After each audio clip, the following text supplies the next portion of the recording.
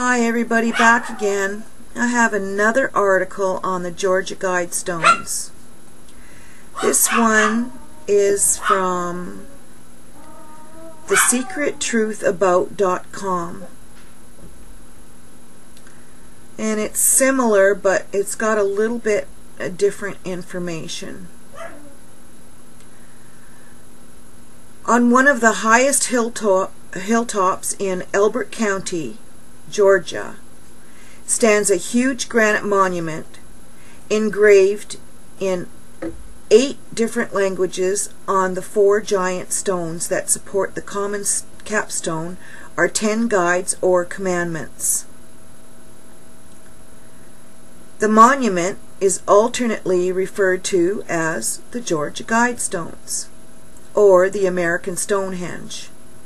Though relatively unknown to most people, it is a vital link to the occult hierarchy that dominates the world in which we live. And this is the scenario that some people have come up with, is that it is occultist.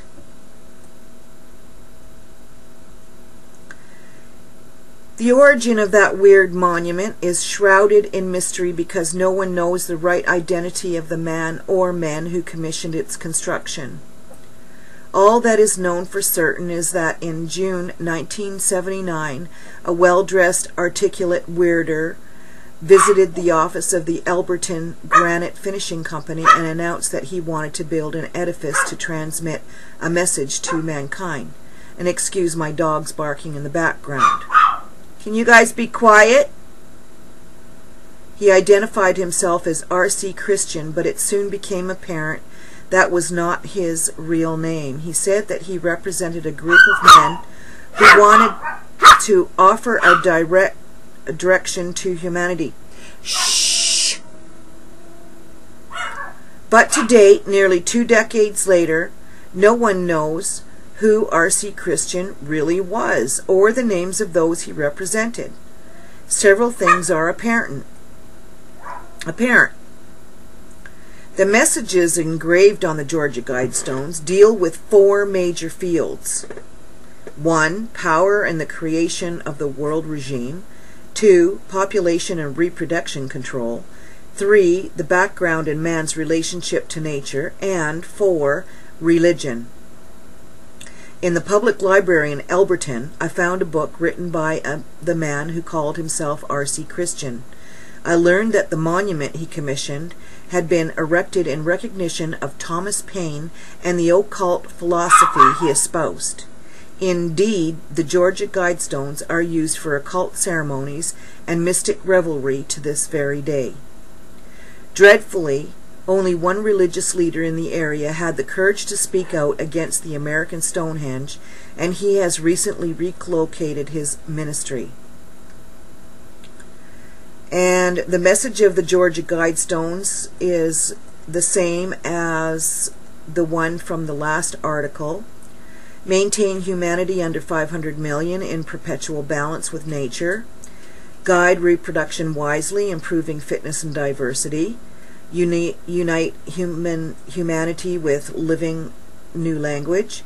Rule passion, faith, tradition, and all things with tempered reason. Protect people and nations with honest laws and just courts. Let all nations rule internally, resolving external disputes in a world court. Avoid petty laws and useless officials. Balance personal rights with social duties. Prize truth, beauty, seeking harmony with the infinite. The last one said love. And be not a cancer on the earth. Leave room for nature. Leave room for nature. That's strange that it would say instead of love. Wonderful sound effects we have in the background. Limiting the population of the earth to 500 million will require the killing of 9/10 of the world's people. The American Stonehenge's reference to establishing a world court foreshadows the current goal to make a global criminal court and a world regime. The Guidestones' emphasis on preserving nature anticipates the environmental movement of the 1990s, and the reference to seeking harmony with the infinite reflects the current effort to replace Judeo-Christian beliefs with a new religion. The message of the American Stonehenge also foreshadowed the current drive for sustainable enhancement. So anytime you hear the phrase sustainable enhancement used, you should substitute the term socialism to be able to be with you what is intended. Later in the syllabus you will read the full text of the Earth Charter, which was compiled under the direction of Mikhail Gorbachev and Maurice Strong. I'm not going to get into that, but in that document you will find an emphasis on the same basic issues: control of reproduction, world power, the importance of nature and the background, and a new religion. The similarity between the thoughts engraved on the Georgia Guidestones are those espoused in the Earth Charter reflect the common origins of both. Yoko Ono, the widow of John Lennon, was recently quoted as referring to the American Stonehenge, saying, quote, "I want people to know about the stones. We're headed toward a world where we might blow ourselves up, and maybe the globe will not exist.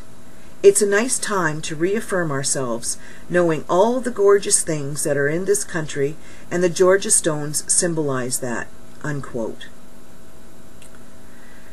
What is the right significance of the American Stonehenge, and why is its covert message vital? Because it confirms the fact that there was a covert group intent on 1. Dramatically reducing the population of the world, 2. Promoting environmentalism, 3. Establishing a world regime, and 4. Promoting a new religion. Certainly the new group that commissioned the Georgia Guidestones is one of many similar groups working together toward a new world order, a new world economic system, and a new world religion. Behind those groups, but are dark spiritual forces. That didn't look right. The punctuation is wrong. Without appreciative the nature of those dark forces, it is impracticable or impracticable. Here we go again. Impracticable to be with you the unfolding of world events.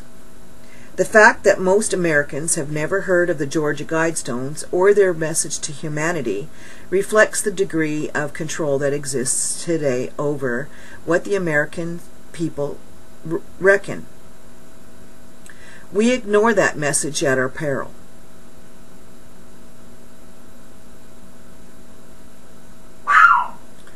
There's a book out, it's called The Age of Reason, and it was written by Thomas Paine. Its intent was to ruin the Judeo-Christian beliefs upon which the Republic was founded.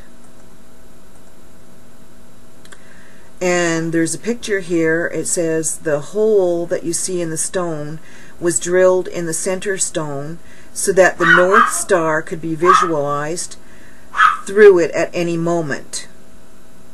This was one of several supplies set by R.C. Christian for the building of the American Stonehenge, and reflects his obsession with the alignment of the stars, the sun and the moon.